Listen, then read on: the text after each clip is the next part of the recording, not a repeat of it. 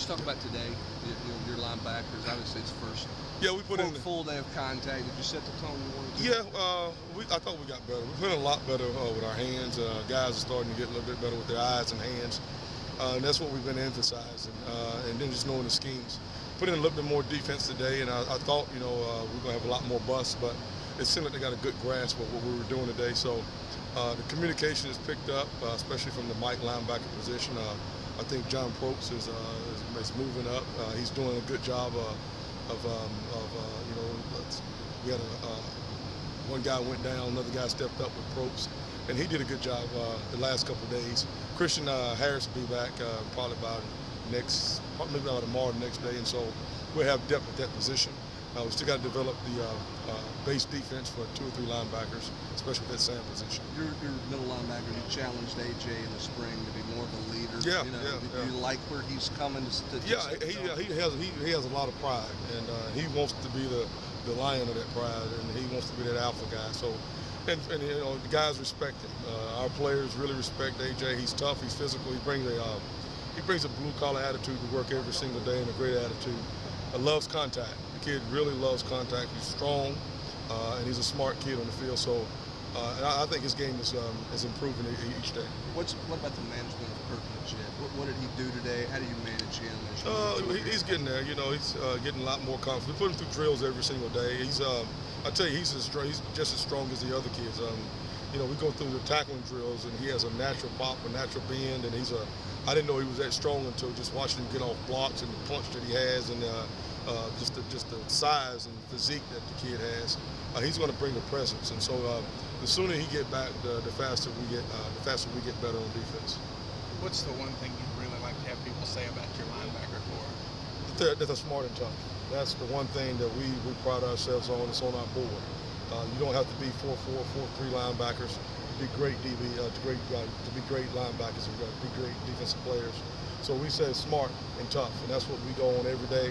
Lineman, assignment, football, and knowing what all 11 guys are doing on the football field. So one thing you look for first and foremost in a linebacker? Yeah, just smart kids and tough kids. If they make a lot of plays in high school, more likely they'll come to college and do the same thing.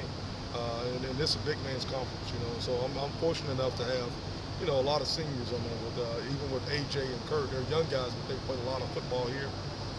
Guys like Fugate and Sapp and Crump, all those guys are older guys and have been in the fire. So it's really refreshing to be in a room with a bunch of mature guys. And it makes our young guys like Kenny Bynum, some of those young guys grow up and at least know how to how to study tape and hold presence in the room. You said you thought there would be more busts out there today. What helped there to not be? Was it the communication? It's nonstop communication. That's the key. Is when there may be a guy on the field that don't know what he's doing, and then a guy will sit there and tell him, this is what we do on the call. So, the more communication, on the field, the better we are. And I think that the kids are feeling good about the communication. And part of that is, the more you know, the more confident you get in the communication. If you don't know what you're doing, then of course you're not going to say as much. And it's always that sometimes guys' heads are spinning, and it kind of helps when somebody calls out the call and calls out the strength to help you get lined up. How different is AJ and what he's able to do to help other guys around him compared to the spring? He's gotten a lot better. We run the same calls that we had in the springtime, and we've kind of amped it up a little bit more.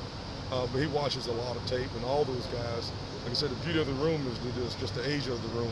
And so when nobody's watching, those guys up in the film room critiquing themselves and getting calls. So again, we can add as much defense as we want, but it's all predicated on how much they grasp it and they can communicate it to the other guys. And you mentioned Magid coming back from his injury. What about Brent Brewer as well? He's coming Brewer's back doing well. Yeah, Brewer's doing well. He's I'll tell you now, he's gotten a lot more physical since the spring. I thought in the springtime he was learning the position, and now he's getting into a comfort level. He doesn't mind taking on guards and pulling guards and tackles now. And so, he's gotten stronger. He got a lot stronger in the summertime, and you can see it in his physique. And he's gotten a lot more confidence now. He knows he can hold up against linemen, so he's playing a lot more fast now. What's the benefit of the guys like him and Sapp that are safeties and grow into linebackers? Yeah, because they understand. Guys like them, they understand power is power, ISO is ISO. That's pretty stationary. But what most guys suffer in college is the passing game. And then when you got guys who've been in the secondary, they understand it, and then they move down to linebacker. They understand that how important it is for linebackers to be in the pass coverage. and not to just sit there and stare at the quarterback. So those guys get it. They understand how to flip their hips and run to the curl flats. They get that. And so when you got guys who move like him and Sapp and Brewer, it's good because they can talk defensive back play and what the secondary is doing and explain to the linebackers. You talked about install. Are you happy with what they've been able to pick up thus far through practice? So far, yeah. I mean, we put in some short yardage in today and put in a little bit goal line today. So, but they picked it up, and the whole thing is, we say it every day, is make sure our alignments are right. You know, we say that the majority of linebackers in college line up wrong. So if you just line up right, you have an 85% chance of grading out. And so we spend a lot of time on alignments and assignments, and just get yourself in position so you can make plays. What were your impressions of Tennessee before you came here, and how they changed maybe?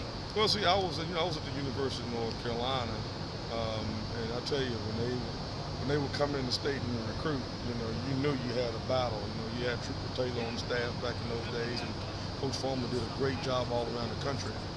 Tennessee had a great reputation, and they've always had great players, and everybody knew that this was the place to be. And this was one job I know I always wanted to be in. I always thought Tennessee was one of the best college football jobs in all of America, and it is. I worked for a great man and had a great head coach in Butch, and I'm really appreciative for the opportunity to give me to come here. And so my impression of Tennessee has been, we're on the East.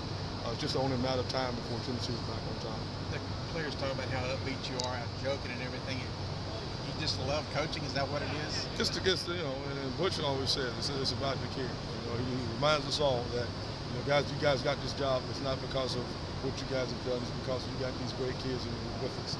And so that's what you got to be reminded of. So you come to work every day with a positive attitude.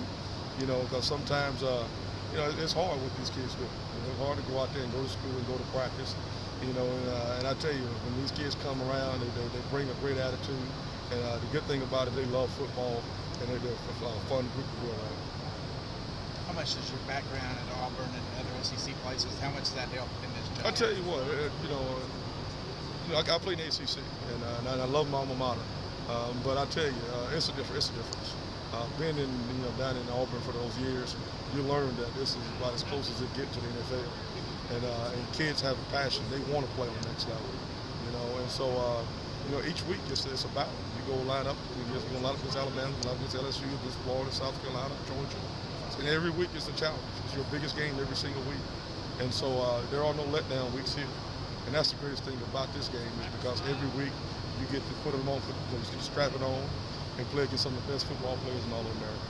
Is that positive energy you have for football? Does that carry over in recruiting? You think that's why you're such a good recruiter? Well, I love to have good players. I think, again, we're only as good as our players. And you got great players, it makes the job a lot easier. It's a big man's conference. And I say that all the time. So you need big people, and you need fast people, and smart kids, and tough kids. And I tell you, when you get that, and Tennessee's had that before. They've had the Al Wilsons, the Peyton Mannings, the Davises. They've had the great players, and that's what makes it all fun when you get turn around like we did in '98 and play for a national championship, play for an SEC championship. That's what Tennessee's always been about. And we got the head coach that has that vision, and he knows exactly what it takes to win the conference and to win the championship, because he's done it. And so with that, again, that's the positives. I come to work, that's the positive outlook I have, because I got a guy that I work with now that's actually won a championship and knows how to get there.